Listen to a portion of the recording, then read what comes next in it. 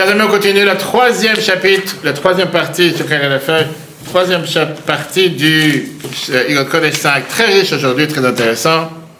Suite à ce qu'on a vu déjà les semaines précédentes, pour celui qui se rappelle, on avait parlé sur le fait que le Olam Haba, il a été créé avec un Yud, ce monde il a été créé avec un Yud. Aujourd'hui, c'est vraiment très très facile, très simple, on ne va pas s'émouvoir, parce qu'aujourd'hui, on va parler à la question majeure dans laquelle Admo Azaken s'arrête, après tout ce qu'on a vu.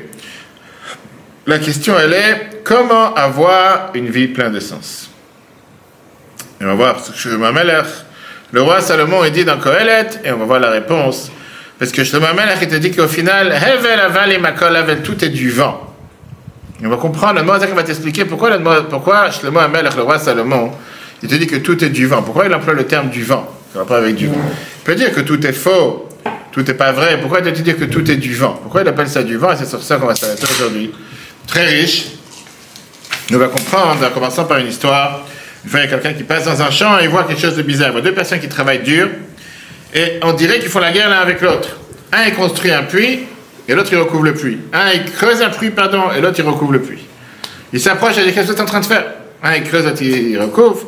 Et ils disent, en réalité, nous sommes un groupe de trois. Un, il creuse, l'autre, il amène les arbres qu'on a planté, et l'autre il est là pour recouvrir. Fait maintenant ce matin, celui qui est responsable de planter les arbres, il a dit qu'il ne se sent pas bien, il a attrapé la grippe, il ne peut pas venir. On s'est dit, nous, on est la majorité de l'équipe. Pourquoi on va mettre toute l'équipe au chômage? Pourquoi on va mettre toute l'équipe en vacances? Parce qu'il en manque un. Et donc on continue notre travail, chacun fait son métier. Et lui, tant pis pour lui. Cet exemple, c'est un exemple qui nous explique c'est quoi le sens de la vie. Parce que les gens ils courent dans tous les sens. Un il naît, l'autre il part de ce monde. Un il achète, l'autre il vend. Un il monte, l'autre il descend. Un gagne, l'autre il perd, un il réussit, l'autre il rate. Et parfois on se demande la question, pourquoi on court dans la vie? Vers où on court? Pourquoi nous courons tellement? Et c'est une des plus vieilles questions qui existent. Et la personne la plus intelligente sur Terre a déjà répondu à cette question. C'est qui? Shlomo HaMelech. Le roi Salomon dans le livre de Kohelet, il commence avec cette phrase. Divrei Kohelet ben David, Melech Yerushalayim. Voilà les paroles de Kohelet, le fils de David, le roi de Jérusalem. Hevel avalim amar Kohelet, Hevel avalim hakol havel. Tout est du vent, a dit Kohelet, tout est du vent, tout c'est du vent. Ça, c'est comment commence le livre. Shlomo HaMelech, il vient et il écrit comment il a pensé que certaines choses sont spéciales. La joie, le rire, le vin, des belles maisons, des piscines d'eau, des esclaves, du menu bétail, gros bétail, l'argent, l'or. Et à la fin, il te termine en te disant Paniti bechol maasai she'asu yadai, je vais vous garder tout ce que j'ai fait avec mes propres mains. Ou ba'amal she'amalti la'asot, toute la fatigue que j'ai investie, ve'ine hakol havel ve'rod ruach, tout est du vent. Ok. Maintenant, quand tu lis ce livre de Kohelet, ça peut être déprimant. Parce que la question, elle est, est-ce que vraiment Shlomo HaMelech, il n'a rien d'autre à dire que de te raconter quelque chose pour te dire quoi? Que tout ce que tu fais dans la vie, tu perds ta vie, tu perds ton temps, tu es en train d'investir ta vie, ton énergie pour rien. Et pourquoi il a employé le mot vent, Hevel, qui veut dire du vent, et pourquoi il n'a pas employé le mot sheker, qui veut dire du mensonge? Ce troisième cours sur la lettre 5 va nous expliquer justement pourquoi, dans la vie, on rencontre, il y a des gens qui ont une vie pleine de sens, et certaines personnes qui ont une vie de non-sens. Et c'est ça qui va nous expliquer pourquoi ce monde, il a été créé avec les lettres. Comme on a vu dans les cours précédents, on a vu que Kibeya Hashem Tzolamim, Yud Ke, avec le Yud a été créé le monde en haut, avec le He a été créé ce monde. Pour voir sur Torah.fr, on a expliqué que toute la création, elle est formée de lettres et de mots. Et que chaque lettre, en réalité, commence avec deux lettres. Le Yud qui est toujours le début et le He qui continue. On a vu qu'on a la matière première, et on a vu comment ça se découpe avec le souffle qui sort de la bouche, 5 manières d'exprimer les différentes lettres. Le Yud, c'est la source de toutes les lettres, puisque ça vient de l'âme, et dans l'âme elle-même, on a vu représenter que ça représente la Chokhmah, la sagesse, qui après s'extrapole avec Bina, l'intelligence, etc.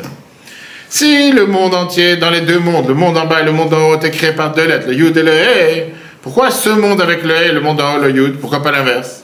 C'est ça qu'on veut comprendre. Et bien, la Noazaket a expliqué qu'en réalité, on sait très bien qu'il y a 22 lettres. Et comment des 22 lettres ont été créées tellement de monde? Viens, la Gemara, elle te dit dans Chagig, page 13, B, qu'apparemment, il y a une contradiction entre deux versets qui te disent combien d'anges existent. Dans un verset, c'est écrit dans Iyov, chapitre 25, verset 3, Ayesh mispar likdudav. Est-ce qu'il y a un compte aux équipes, aux troupes de Dieu? Est-ce que tu peux compter combien d'anges? En deux mots, tu veux dire, il n'y a pas de compte. Il y a des anges sans fin. On dit que chaque mot de Torah, tu dis, tu crées un ange, etc. Et de l'autre côté, dans Daniel, chapitre 7-10, c'est écrit qu'en réalité, il y a des dizaines de milliers de gens qui sont là pour servir Dieu. De d'anges, je veux dire. Donc d'un côté, on te dit, il n'y a pas de chiffre, c'est illimité. D'un côté, on te dit, il y a des dizaines de milliers. Viens, la Gemara, elle te dit, c'est quoi la réponse? Il y a un nombre ou il n'y a pas de nombre? Et la Gemara, elle te dit qu'en réalité, dans chaque doute, c'est comme on a aujourd'hui dans l'armée, c'est chaque bataillon, il y a un nombre illimité de soldats qui est évalué avec plusieurs millions. Sauf que, en termes de troupes, de bataillons, ça c'est illimité. Le bataillon lui-même, il a un chiffre limité de soldats, si c'est 1000, 2000, peu importe. Mais combien de bataillons? Ça c'est illimité. C'est ce que la Gemara te donne comme réponse. Viens, la Noaza qui te dit c'est la même chose avec les Neshamot. Chaque Neshama, elle est composée de 5 niveaux. Nefesh, Ruach, Neshama, Chaya, Yechida. Ces 5 niveaux de Neshamot, peuvent s'exprimer de manière illimitée de différentes formes, différentes étapes, différents sujets, etc.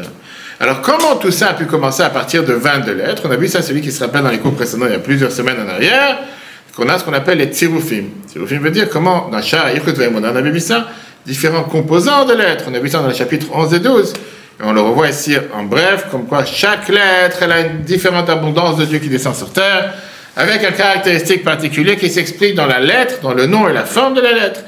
Et au final, chaque créature sur terre, à travers ce qu'il fait, à travers ses qualités, à travers dans le temps qu'il investit, il est en train de former 2 lettres, il est en train de faire créer ce mot. Par exemple, on dit que le Sefer Yetzirah, qui est le premier livre, il vient te montrer tout type de formation, comment de composition de lettres tu peux faire en te disant que les lettres, c'est comme des pierres et les mots, c'est comme des maisons. De 2 lettres, tu peux faire 2 compositions. Aleph, Bet, Bet, Aleph. 3 lettres, 6 compositions. De 4, 24. De 5 lettres, 120. De 6, 720. De 7, 5040. Et après, il te dit, le Sefer Yetzirah te termine, après tu peux aller dans des chiffres et dans des nombres illimités. Qui veut dire, plus tu as des lettres, et plus tu peux faire plusieurs compositions. D'accord? En 2 mots, de 22 lettres, tu peux faire 1 milliard de trillions, je ne sais pas comment on dit ça, de compositions, que les lettres ont pas au comment ça, ceux qui font le Sudoku, comment on dit ça, ceux qui font ces... Tu as différentes compositions de lettres, etc. Ok, maintenant, puisqu'il y a énormément de possibilités de faire des compositions, et chaque composition crée une personne en fonction de ce qu'il fait, etc., on peut comprendre le nombre incalculable d'anges et de neshamot qui se trouvent dans les mondes d'en haut, qui arrivent d'une composition illimitée de lettres. Mais non, c'est pas seulement qu'on parle de... Donc ça, c'est la parenthèse qui rappelle ce qu'on a vu dans Shah Yichud Ve'emunah. C'est pas seulement qu'on parle qu'il y a énormément d'anges et de neshamot. Donc, qu'il n'y a pas seulement de différents anges, différents neshamot. On parle ici d'une hiérarchie. Une hiérarchie de neshamot, une hiérarchie de niveaux. Et d'ailleurs, on le dit tous les matins dans la tefila, sauf qu'on ne fait pas attention à ce qu'on dit. Le Rambam, par exemple, dans le Chat Yesodot Torah, te dit qu'il y a 10 niveaux de malachim d'anges. On les mentionne quelques-uns dans la tefila tous les matins, ou dans Yotzer, Chayot HaKodesh, Srafim, Malachim, Ishim. Pourquoi? Parce que les anges eux-mêmes, différents niveaux, différents traits de caractère, différentes occupations, différentes missions. Maintenant, a priori, la question que la Moshe te demande, si tous les anges et tous les neshamot, ils sont de la même source, qu'ils arrivent du même niveau, comment tu peux avoir une hiérarchie dans les neshamot? Comment tu peux avoir une hiérarchie dans les anges? Et là vient la deuxième chose qu'on avait vue dans Sha'ar HaYichud, qui est les chilufim. Qu'est-ce que ça veut dire chilufim? Que parfois on peut échanger les lettres, on sait la forme, comme on explique dans la Torah, Adbash. Première lettre, le Aleph avec le Tav, le Bet avec le Shin, qu'on échange ces lettres, et parce qu'on échange ces lettres, automatiquement, ça fait différentes compositions. Dans la Sarah Mahamarot, dans les 10 phrases comment Dieu a créé le monde, on voit que Dieu il emploie le mot or, lumière, Rakia, le ciel, Yabasha, la terre, et ces mêmes mots, tu peux les mettre d'une différente composition. Et en fonction de l'autre composition, comment tu les mets, tu peux prendre les mots originaux. Et avec ça, créer des nouveaux mondes, avec ça, créer des nouveaux anges, avec ça, créer des nouveaux neshamot.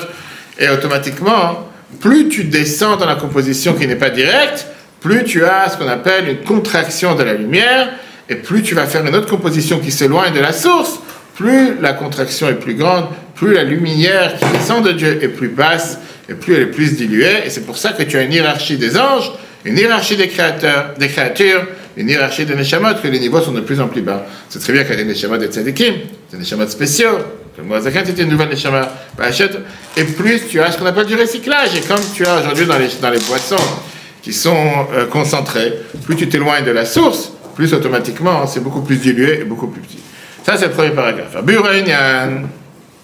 Le Moazakan t'explique Maintenant, on va comprendre. Là, pourquoi nos maîtres ont dit pourquoi ils nous ont dit que ce monde, il a été créé avec la lettre E, alors qu'on a vu que le Olam il est avec la lettre Yud. C'est connu à tous les gens intelligents. Que le nombre incalculable de mondes et de, on va dire, de couloirs ou de chambres, qui n'ont pas de limite, qui n'ont pas de compte. Comment chacun qu'on a vu, dans ce qui est écrit dans Yavayesh Mispar Likdudav, que d'un côté c'est écrit, est-ce qu'il y a un calcul, est-ce qu'il y a un nombre à tous ces troupes, et de l'autre côté dans Daniel c'est écrit que dans chaque, on va dire, couloir, chaque chambre, chaque troupe, il y a des milliers, des dizaines de milliers d'anges. Pareil, tu as des niveaux de neshamot sans limite, sans fin.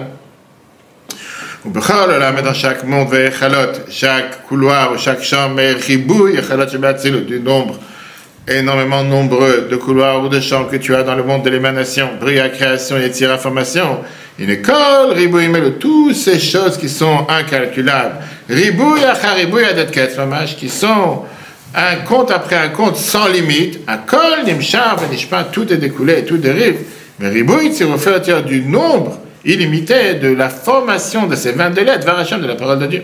Amitchalkot qui se divise, gamken, eux aussi, les tzirufim rabim à différentes compositions, adetket sans limite, vetachit omash sans fin. Comme j'ai katou, Sefer Yetzira, comme on vient de voir tout à l'heure, ce qui est écrit dans Sefer Yetzira, de la Kabbale, que là-bas c'est écrit, Shiva avanim bonot meshet alafim vabayim batim, 7 pierres, nos 7 lettres, créent 5040 maisons, puisque 5040 manières de pouvoir les composer, etc. Mais quand il termine en disant, dans le Sefer Yetzira, va et compte, ce que la bouche ne peut pas parler. De moi, c'est sans limite. Ah, alors on a posé la question si c'est comme ça, Gam, Sheyesh, Bemalot, ou Madrigot, ou Malachim, malgré qu'il y a dans les qualités et les niveaux de Malachim et de Neshamot, Kama ve Kama mine Malot, de tels nombreux de niveaux Madrigot, de niveaux Chalukot, l'enquête se sont divisés, l'enquête sans limite. Gavoa al Gavoa, de plus en plus haut, il y a un kol nimshach, tout est dérivé, les filles chiloufet, atzilufim, vatmurot, baadbash. En fonction des différentes compositions qu'on fait avec les lettres, le Aleph avec le Tav, le Bet avec le Shin, comme on va expliquer dans le chapitre Yud Bet. Ach, derrière en général, Kulam ba lechachma vedat, ils sont tous avec cette intelligence et cette connaissance, Vyodim et Boram, ils connaissent Dieu, Lipnei Yotam, Chayut, parce qu'ils sont une vie qui vient, Mipnimut et du plus profond de l'être, un nimshachot qui découle auprès de la Chachmaïla. Donc ça, c'était juste pour répondre à la question pourquoi le monde il a été créé avec la lettre E, on n'est pas encore arrivé à la réponse, mais il t'explique pourquoi tu as tellement de composants, tellement d'anges, tellement de niveaux, alors qu'apparemment ils viennent tous de la même source. Et comment tu peux avoir tellement de différences à partir de seulement 22 lettres? La réponse elle est assez simple, parce que tu ne focalises pas sur 22 lettres. Chaque lettre peut être composée de différentes manières, peut être échangée de différentes manières, peut être dite de différentes manières, et au final, tu arrives à un nombre invraisemblable. Donc oui, Dieu il a créé le monde comme c'est écrit dans la Mishnah, Bassar, Mamarot, avec 10 paroles. Ces 10 paroles, tu vas les changer, tu vas les transformer, tu vas arriver à des nombres. Et c'est pour ça que dans le monde, tu as des niveaux illimités d'anges, des niveaux illimités de names, des niveaux illimités de manière comment Dieu il existe sur terre, sauf que plus tu t'éloignes de la racine et de la source, plus c'est dilué, plus c'est concentré, et plus c'est une lumière à la dose comme l'électricité, beaucoup plus, moins importante et beaucoup moins puissante que ce qu'elle était au départ. Comme on a plusieurs fois expliqué, la Bible avait donné l'exemple avec le bouton que tu as pour allumer la lumière chez toi, ou la prise pour recharger ton portable, qui n'est pas la même que la centrale électrique, qui est beaucoup plus puissante. Plus tu vas diluer les câbles, plus tu vas minimiser le câble, plus c'est plus petit. Il y avait besoin d'un membre aussi important. On est obligé, pourquoi? Pour la simple raison que tout d'abord, sans ça, tu n'aurais pas pu faire venir la lumière qui est divine, qui est spirituelle, dans un objet matériel grossier. C'est le Tanya qu'on a vu ce Shabbat, dans lequel il t'explique qu'il y a apparemment un décalage. Qu'est-ce que ça veut dire que tu as une vie spirituelle, que le nefesh, qui est spirituel, qui est l'âme, rentre dans un corps? Comment une âme divine, spirituelle, peut rentrer dans un corps? Ça n'a pas de sens, ça ne peut pas vivre ensemble, ça ne peut pas être. Et tu es obligé de diluer cette puissance qui n'est pas faite pour habiter dans un corps, à la rendre grossier. Comment tu vas la rendre grossier? Par ça que tu vas la diluer, la concentrer, jusqu'à ce qu'elle va être apte à rester dans ce récipient grossier matériel. Si tu ne vas pas le faire, elle ne va pas pouvoir rester, puisqu'ils n'ont rien à faire les deux ensemble. Donc tu dois d'un côté rendre ça plus grossier, rendre le corps plus élevé, comme ça les deux vivent ensemble. Tu es obligé d'arriver à cette situation. C'est pareil pour la matière. 100%, exactement comme chaque chose. Quand tu dis que tu as la parole de Dieu qui existe dans la table pour le faire vivre la table, tu vois la parole, tu vois pas la parole de Dieu, tu vois la table.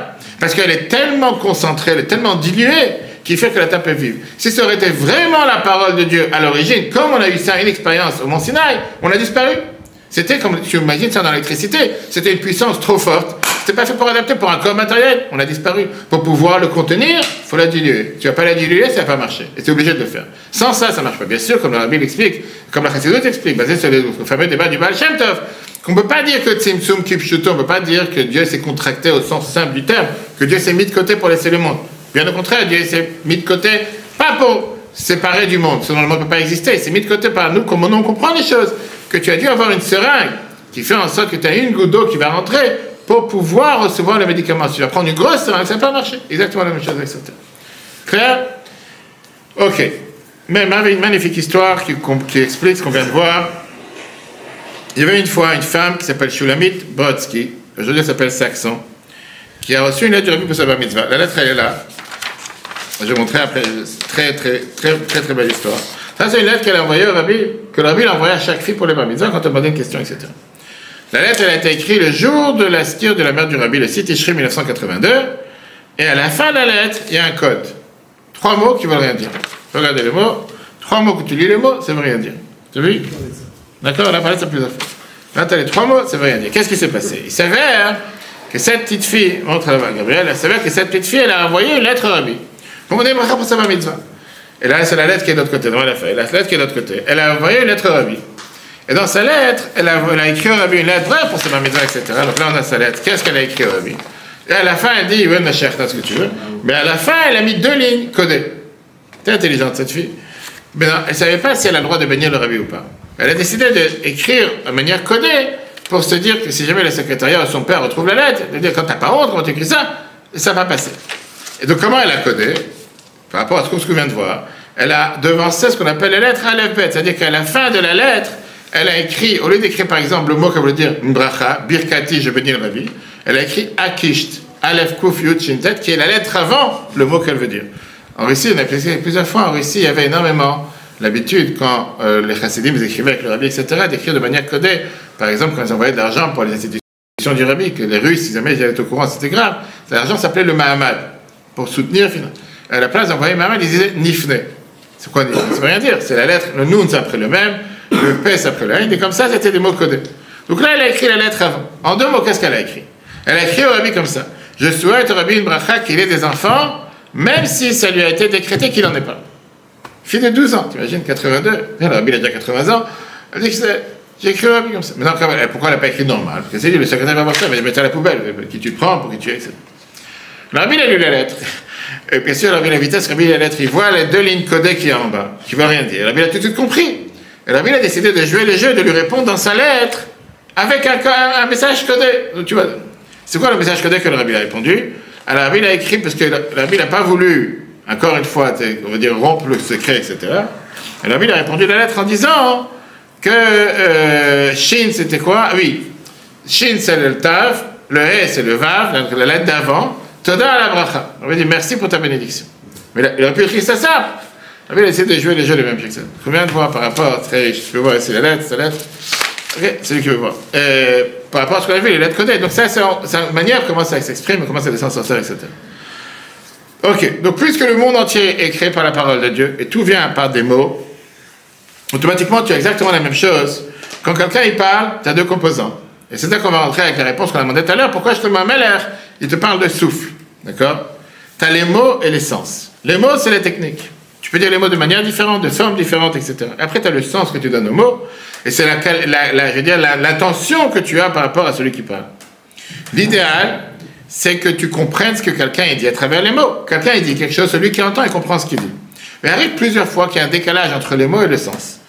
Pas tout le temps, celui qui entend, il comprend ce que la personne dit. Par exemple, des enfants qui entendent des adultes parler, ils sont capables de répéter les mots que les adultes ils ont dit, mais ils n'ont pas compris le sens, ils ne savent pas de quoi tu parles. Pareil, des fois, ils voient un texte, mon fils de 6 ans, il va lire les mots, mais il n'a pas compris ce qu'il a lu. Il a compris les lettres, il a lu les lettres, mais pour lui, c'est des lettres qui n'ont pas de sens. Parfois, tu as même des gens qui vont te donner un code, ils vont te donner un mot avec des codes, comme tu entends par exemple à l'armée. Chaque 2 mots, c'est des acronymes. C'est des rachetevos, va dire. Tu comprends rien à ce qu'ils disent. Quand tu leur dis, mais je ne comprends pas de quoi vous parlez. Pour moi, c'est la norme, c'est notre langage. Va savoir de quoi tu parles. Pareil, quand tu parles, quand tu entends la BRI, la GIPN, quand ils parlent entre eux parfois, pareil, des fois ils te disent toujours avec, je sais pas comment, je vais comment dire, des mots, des premières lettres de chaque mot, que eux ils savent de quoi ils parlent. Toi tu n'as rien compris. Donc c'est pas parce que tu as entendu un mot que forcément tu comprends de quoi ils parlent. Pareil, il y a une autre phrase qu'on a l'habitude de répéter sans arrêt, de sortir les mots de son contexte. Ce qui veut dire, parfois tu prends des mots et tu les sors de leur contexte. On va voir, tu as une magnifique histoire dessus. Et tu leur donnes un autre contexte. Et tu as aujourd'hui des gens qui sont professionnels dans la matière, qui s'appellent les plus grands menteurs de l'histoire, la presse, dans le monde entier, qui sont capables de prendre un article, quand ils viennent te faire une interview pendant 1 heure ou 2, que tu parles de tout, ils vont prendre la ligne qui les intéresse, que tu as parlé de ça à 1 demi-seconde, ils vont te faire de ça l'article. Mon Jean, qui est à Montana, à Billings, Montana, il était sur la presse, c'était la première couverture des journaux à Billings pour le nuage de Hanouka, il a été interviewé par la télévision. Sur 25 minutes ou 1 demi-heure qu'il a interviewé, il a parlé de Hanouka. Et il a peut-être mentionné 5 secondes sur Israël, qu'on pensait à nos faits. Tout l'article, c'était Israël. Il m'a dit, mais c'est fou. J'ai pas parlé de ça, j'ai parlé de Hanouka, j'ai parlé d'allumage. Rien, tout ça c'était de passage. Tu découvres la presse. Comme ils sont capables de te prendre le mot que tu as dit qu'il fallait pas, ou même si tu as dit une blague ou quoi que ce soit. Et de ça, ils vont te faire tout un article. Donc ça, c'est ce qui se passe. Pourquoi? Ce qui veut dire que les mots, il y a 2 choses. Il y a les mots, la technique, les mots que tu as dit, mais après, il y a le sens que tu donnes. Puisque le monde, il a été créé avec des mots, même dans la création du monde, la Torah, elle te dit, la Moazakan te dit, tu as aussi ces 2 composants. Tu as la vie de chacun et tu as le sens que tu donnes à la vie. Tu as le côté technique, matériel, qui vient des mots que Dieu il a dit. Et tu as le sens, qui est l'aspect spirituel que Dieu il donne, qui veut dire le but pourquoi le monde il a été créé, qui vient attacher le créateur et la création. L'idéal, c'est qu'il y ait une synchronisation entre la vie et le sens que tu donnes à la vie. Quand quelqu'un il vit une vie qui est adaptée au sens pourquoi Dieu il a créé le monde, ça s'appelle une vie pleine de sens. Parfois, arrive qu'on a un décalage entre la vie et le sens. Tu peux avoir quelqu'un qui vit une vie, comme les soins que j'ai raconté tout à l'heure, qui sont totalement déconnectés de contact avec Dieu, contact avec le divin. Je ne suis pas religieux, je ne suis pas pratiquant, je n'ai jamais fait. Je voulais dire nécessairement intéressant.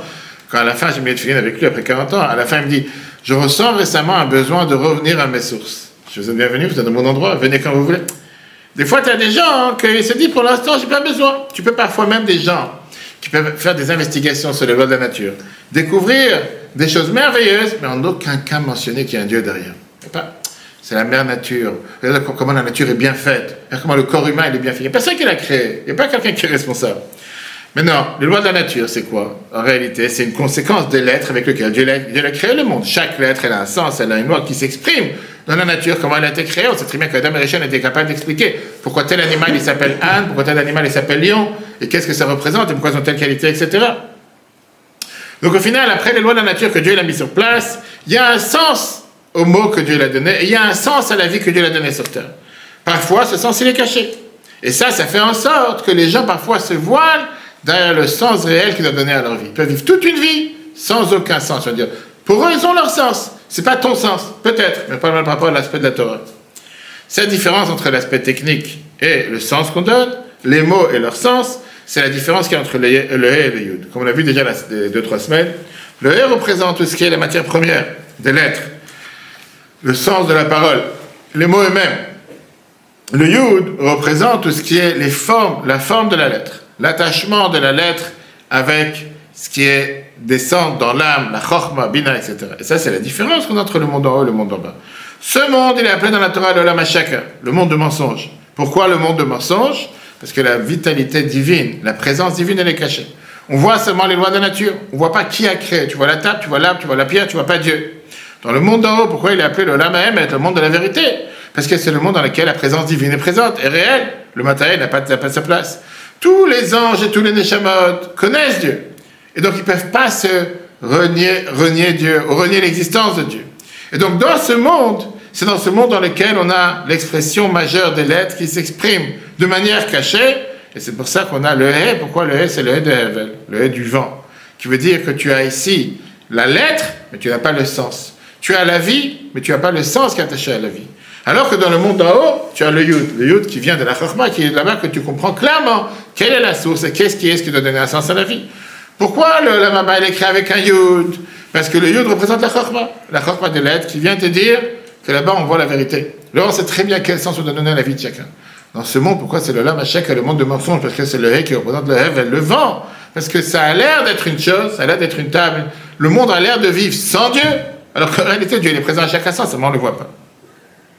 Avec ça, la Moazaken t'explique, maintenant on comprend pourquoi justement Melech il te dit que, première des phrases, Hevel avalim akol amar kohelet akol hevel, tout est du vent. Qu'est-ce qu'il veut dire avec le mot Hevel? A priori, ça veut dire que ça a l'air d'être quelque chose de simple, quelque chose de banal, qui n'est pas vrai, qui est même mensonger. Mais vient le Zohar te dit une autre explication au mot Hevel. Qu'est-ce que ça veut dire le mot Hevel? On parle du Hevel Adibour, on parle du souffle de la parole avec lequel Dieu a été créé le monde. Le Zohar te dit de la même manière que quelqu'un ne peut pas vivre, quelqu'un ne peut pas exister s'il ne respire pas, le monde ne peut pas exister sans le Hevel qui est le souffle divin. S'il n'y a pas l'oxygène divin qui existe sur Terre, le monde ne peut pas exister. Et donc, quand justement Melech te dit Hevel Avalim, tu peux croire qu'on parle ici du sens, on va dire que c'est un monde de vent, mais tu dis qu'en réalité, ça marche avec ce que tu as dit, que le monde il est créé avec un He, que c'est la parole de Dieu, le souffle divin qui vient et qui fait que le monde il existe. Donc, justement, Melech te dit avec ça, ça te montre la manière comment beaucoup de gens sur Terre vivent avec l'aspect technique de la parole, qui est le simple vent, sans vivre avec le sens profond qu'il doit donner à leur vie, qui est qu'il n'y a pas seulement l'aspect physique, mais il y a l'aspect caché et qu'il faut rattacher les deux. Regardons les deux. Ah, mais ce monde, il m'a avec la vie qui est à l'intérieur de lui. Katan, il est trop petit pour contenir. Velisbol est supporter. Oh, la lumière, ça répond à ta question de tout à l'heure. Vechayut est la vitalité, méprinat, surat, aotiot, vedimutan, de la forme de l'être et leur sens profond. Le haïr pour pouvoir éclairer ou l'ashpia pour influencer à l'intérieur. Oublie le bouche veste, sans couverture, sans cachette. Moshe meirot ou mashpia de tuat malachim. Dans ce monde, ne peut pas éclairer la divinité de manière tellement dévoilée comme elle éclaire pour les hommes et pour les anges. Ra, alors qu'est-ce qui éclaire dans ce monde? Un ra, une éclair, une émanation, une influence. Bav, nishpat, l'homme azé. Il existe dans ce monde.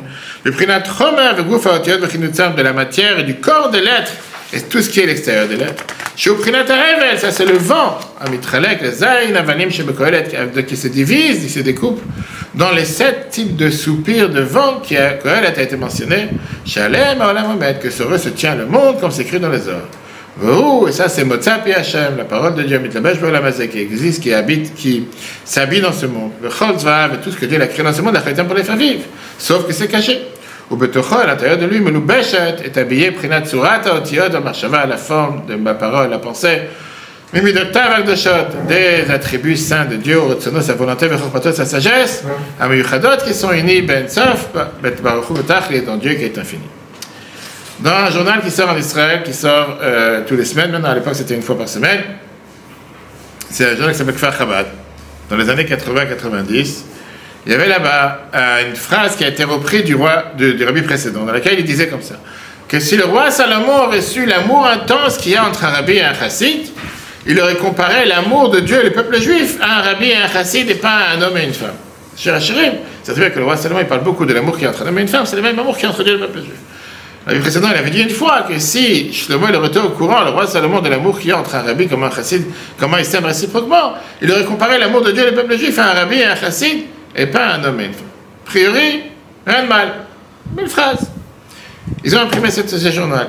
Le rabbi reçoit les journaux, et le rabbi demande, avec une réponse très très forte, très très piquante, très très dure, pourquoi vous avez écrit une telle phrase qui peut être exprimée de manière tellement négative chez beaucoup de personnes et causer à beaucoup de personnes de s'éloigner de la chassidut. Pourquoi vous avez fait une chose pareille? C'est-à-dire, qu'est-ce qu'ils ont? Ils ont répondu au rabbi. Ils ont expliqué au secrétaire du rabbi, le Rav Fredakov, qu'on n'a fait que reprendre une phrase du rabbi précédent. On n'a rien dit de personnel. Qu'est-ce qu'on a dit d'après? Et là, il a expliqué que si vous aurez amené tout le contexte qu'il y a avant et tout le contexte qu'il y a après, les gens auraient pu recevoir et comprendre ce que vous venez de dire. Mais quand tu sors une phrase de son contexte et tu le fais de ça, tu extrapoles, tu prends une phrase qui ne veut rien dire sans l'explication d'avant et après, ça peut être expliqué de manière négative et parfois ça peut être expliqué de manière pas adaptée. Avec ça, on termine ce troisième paragraphe. Parce que tu as des gens qui vont dire de quoi? Tu dis que Shlomo Melech n'était pas au courant, un rabbi et un chassid, pour cela comparer un homme et une femme. Qu'est-ce que ça veut dire que l'amour, que Dieu c'est un rabbi et les peuples juifs c'est un chassid? Des gens qui ne comprennent pas la chassidoute, tu peux parfois prendre en disant, pour qui vous vous prenez? Chassidoute, restez dans vos niveaux, comme des gens qui parfois te disent, vous m'avez dit ce qui est de plus proche à la religion. Je sais pas. Il y a des gens qui ne comprennent pas, l'ami voulait que les choses soient acceptées par tout le monde. Des gens qui n'ont pas la connaissance. Justement, quelqu'un qui n'a pas appris le Tanya, qui n'a pas appris la chassidoute, qui ne comprend pas qu'on est là pour faire en sorte que quelqu'un se rapproche à Dieu, peut penser qu'à côté, va s'éloigner de Dieu. Il dit, fais quelque chose que, si les gens ils ont toute l'explication d'avant et d'après, ils vont peut-être le comprendre. Sans ça, ils ne vont pas comprendre. Qu'est-ce qu'on a vu dans les trois derniers cours? On a expliqué longuement que le monde en bas, il a été créé avec la lettre E. On a vu que c'est la dernière lettre du nom de Dieu. D'abord, on a expliqué au départ, celui qui se rappelle comment la lettre E, la dernière lettre. Oui, vous pouvez rentrer, vous pouvez rentrer. la dernière lettre est attachée avec la première lettre et que tout vient de ce qu'on appelle de la compréhension qu'il y a dans le cœur. Après ça, on a expliqué pourquoi le Olam Hazé, pourquoi ce monde il est créé avec la lettre E. Et on a vu que la lettre E représente Hevel, qui représente l'aspect technique, l'aspect superficiel de la parole, contrairement à l'aspect profond de la parole, qui est le sens profond qu'on donne aux choses, que parfois tu peux garder seulement le sens, le mot, sans comprendre le sens, et parfois déconnecté. Et avec ça, il t'explique dans le prochain paragraphe, une parenthèse de la Kabbale, pourquoi les 4 lettres du nom de Dieu représentent les 4 mondes. Le Yud, c'est Atzilut, monde de l'émanation, le He, c'est la création, le Vav, formation, et le dernier He, c'est le monde d'en bas, comme on a vu qui est la source du monde dans lequel on se trouve. C'est ça que le mot Azaken t'a exprimé. Que dans la manière, l'aspect superficiel des récipients qu'il y a dans le monde de Hatzilut, le monde de l'émanation, qui sont exprimés dans le He du nom de Dieu.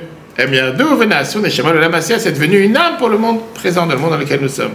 Et comme ça, c'est écrit dans les Tikkunim, justement, que le Yud, c'est Hatzilut, comme on vient de dire, et le dernier dans Asir. Qu'est-ce qu'on vient de voir? Le résumé de ce qu'on vient de voir, c'est énormément important. C'est que dans n'importe quel composant qu'il y a dans la parole, il y a 2 composants. Il y a le mot et le sens. Le mot, c'est l'aspect superficiel qui est représenté par le He. Le sens, c'est l'aspect profond qui est représenté par le Yud. Dans ce monde, on reconnaît le souffle divin sans sens. On ne voit pas la parole de Dieu. On voit le matériel. On sait qu'il existe, mais on ne le voit pas. C'est pour ça que ce monde a été créé avec un He. Le monde d'en haut, qui est le monde de vérité, là-bas, c'est le contraire. On reconnaît le souffle divin, mais on ne voit pas le matériel. C'est pour ça qu'il a été créé avec un Yud et pas avec un He. On a commencé le cours aujourd'hui avec Hevel Aval Imamar Kohelet, que Kohelet dit que c'est un monde qui a que du vent. On a vu pourquoi il est comparé à un vent, et surtout, est-ce qu'il est là pour nous mettre en dépression, pour te dire de toute façon, il n'y a rien à faire dans ce monde, tout ce que tu fais, c'est du vent. Et est-ce qu'il y a un message positif du livre de Kohelet?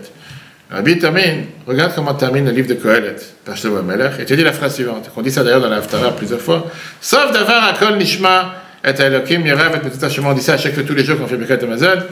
En fin de compte, à Kol Nishma, on entend tout. Et Elohim Yerav, crains Dieu, et Bezatav Shemor, fais ses mitzvot, Kizeh Kol Adam. Ça, c'est le but pourquoi tu as été créé. Le même roi Salomon, dans le livre de Mishlei, il termine un verset avant la fin avec les mêmes mots qu'on dit tous les vendredis soirs. Sheker Achen, Vehevel Ayofi. Mensonge et la grâce, vanité et la beauté. Hevel, encore une fois, ce mot qui est vent. Isha Yirat Hashem et Titalal. Une femme qui craint Dieu, tu dois lui donner des louanges. A priori, on peut pas laisser de 2 choses contraires. D'un côté, tu parles du vent et crainte de Dieu. Et cette histoire, on a donné justement l'explication à tout ça. Chaque dimanche, on savait très bien les dollars du dimanche. Des milliers de personnes passaient pour voir le rabbi et pour prendre sa bracha, etc. Un dimanche, c'était en mois de mai 91, passait parmi les milliers de personnes, la reine de beauté d'Israël. Vous avez vu certainement la vidéo, elle s'appelait Miri Goldfarb. La reine de beauté qui était la star aujourd'hui, qu'on appelle ça les concours de Miss Monde et Miss Israël. Mais elle était appelée Malkat Ayofi. Malkat Ayofi veut dire la reine de beauté. Enfin, ça existe en France, la reine de beauté, non, Miss Beauté certainement. Maintenant, quand le monde, je me rappelle qu'à l'époque, j'étais avec le Rabbi 91, quand les gens ont entendu que la Miss Beauté est venue voir le Rabbi, quelle explosion, pas de haine. Les gens, ils étaient quoi? Elle n'a pas honte, une telle saleté qui vient voir le Rabbi, quel rapport, des choses qu'il représente. Et tout le monde s'attendait, qu'est-ce que le Rabbi va dire à une femme pareille? Non, il faut voir la vidéo, c'est une vidéo magnifique, si vous voulez, j'en vois après. Elle a dit, je suis la reine de beauté, je suis la Miss Beauté. Je demande une bracha, elle s'est présentée, Miri Goldfarb. D'abord, le Rabbi lui dit, bracha ve'atzlacha. Comme il dit à chacun, bénédiction et réussite. Sans faire attention, comme si à ce qu'elle vient de dire, qu'elle est la Madame Beauté, une reine Miss Monde, Miss Israël. Et après, le Rabbi le rappelle. Le Rabbi lui dit, c'est écrit dans le Tanakh, Sheker Achen ve'evel ayofi, qu'on dit tout le monde d'histoire. Mensonge et la grâce, vanité et la beauté. Mais le verset ne s'arrête pas là. Le verset termine, Isha Yirat Hashem et Titalal. Une femme qui craint Dieu, c'est elle qui donne des louanges. Et le commentateur te dit que si la femme, elle craint Dieu, elle peut utiliser sa beauté pour renforcer la Torah et les mitzvot. Donc, Rabbi lui dit que ça, c'est ton message. En tant que Madame Beauté, en tant que Madame Monde, je suis dans Israël, fais passer ce message. Que la vraie beauté, c'est ce qu'il y a à l'intérieur, pas seulement ce qu'il y a à l'extérieur. Elle était super touchée, elle avait plusieurs dollars, il faut voir la vidéo. Rabbi fait allusion à ce qu'a dit le Maguide de Kos, quand il dit qu'il y a une femme qui craint Dieu, c'est elle qui lui a donné des louanges. Ça veut dire que, ça veut pas dire qu'une femme qui craint pas Dieu est moche, pas comprendre des choses tordues. C'est que tout le temps que la beauté et la grâce est sans crainte de Dieu, automatiquement, c'est, Shlomo Melech dit, c'est du mensonge. Ça, c'est pas la vraie beauté. Quand ça vient avec Yirat Hashem, quand ça vient avec la crainte de Dieu, ça, c'est la vraie beauté. De là, on apprend une leçon, la Moazak te dit, pour la vie qui est majeure. Parce que pendant tout un livre, Shlomo HaMelech, il t'explique Kohelet, un livre entier qui te dit que tout ce monde, c'est Hevel Avalim. Tout ce monde, c'est du vent. La vie n'a pas de sens. Shlomo, il te parle, bien sûr, on a dit du souffle divin, comme on l'a dit tout à l'heure, que si tu parles des mots sans sens, ça veut rien dire, c'est des mots techniques. Mais il termine le livre en te disant, tu veux un sens à ta vie, tu veux une vie pleine de sens, sauf, on dit ça encore une fois tous les jours quand tu manges du pain, sauf d'avoir un kol nishma, le kémira, le tafshemor, qui zékol adam. Au final, si on entend tout, les paroles de Dieu, crains Dieu, fais ses mitzvot, ça c'est tout l'homme. La crainte de Dieu, c'est ce qui te donne un sens à ta vie. Mais non, ça ne veut pas dire que craindre Dieu est une contradiction à la vie. Et ça, c'est malheureusement ce que beaucoup de gens font une erreur en disant, si tu veux être religieux, tu n'as pas le droit d'avoir des plaisirs matériels. Quel rapport? La crainte de Dieu fait rentrer un sens à la vie. C'est pour ça que le rabbi, comme il a dit à cette femme, en te disant que si tu regardes la grâce et la beauté telle qu'elle, sans but, sans sens, déconnecté de son but, pourquoi Dieu l'a donné sur terre, ça n'a pas de sens. Je te dis, mais quand c'est attaché avec la crainte de Dieu, automatiquement ça a un sens, ça vaut la peine de se donner du louange avec ça. Et donc la fin du livre de Kohelet, elle donne un message énormément puissant et enrichissant pour chacun d'entre nous, qui te dit, tu as le choix entre tes mains de rendre ta vie une vie qui est sans sens, une rendre ta vie qui n'a pas de sens, une vie qui est, ouais, je vis, comme on dit, mangeons, buvons, car demain nous mourrons, on est là pour faire passer le temps, ou bien donner un sens à ta vie par la crainte de Dieu. D'ailleurs, on le dit tous les matins dans la tefila pour celui qui fait les korbanot, juste avant le petit schéma. Qu'est-ce qu'on dit dans Shacharit? Encore une fois le même mot. En quoi est le surplus de l'homme sur l'animal? Zéro. Pourquoi? Qui a kol avel. Tout est du vent. Le vin d'un neshama, Torah, par la neshama que Dieu a donné à chacun d'entre nous. Si tu enlèves le neshama de l'humain, c'est un animal. Grâce à la neshama, mais pas seulement grâce à la neshama, grâce à ça que tu fais, c'est la mission que Dieu t'a donnée sur terre. Automatiquement, tu es mieux que l'animal. Sinon, quoi, tu es mieux que l'animal? Tu es exactement comme l'animal. Tu manges, tu dors, etc. Quand on a vu l'histoire au début avec celui qui vient mettre l'arbre, et qu'un, il est là en train de creuser, l'autre, il est en train de reboucher le trou.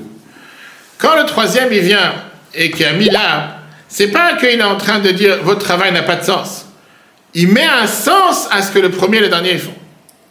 Si on est là juste pour creuser et boucher le trou et tu plantes pas l'arbre, rien fait, tu perds ton temps. C'est du travail sans rien. Pareil, qu'est-ce que ça veut dire donner un sens à sa vie quand ce que tu fais a un but, a une raison? Je suis pas là juste pour travailler, rapport sexuel, parler, manger, dormir, santé, tout ça a un sens. Et quel sens? Le Mamela te dit, Yirat Hashem, faire ce que Dieu demande de toi. Ça ne veut pas dire que tu n'as pas le droit d'avoir des plaisirs, tu peux et tu dois avoir des plaisirs. Mais à quel but? Est-ce que je suis là juste pour profiter du matériel? Je profite du matériel pour pouvoir servir Dieu. Et donc, moi, ça termine. Dieu il a donné à chacun d'entre nous deux possibilités. Prendre la vie déconnectée de leur sens, et donc ça veut dire que tu vas vivre avec Hevel Adibo, avec ce souffle divin, mais qui n'a pas de sens à la parole, c'est comme dire des mots que tu ne comprends pas.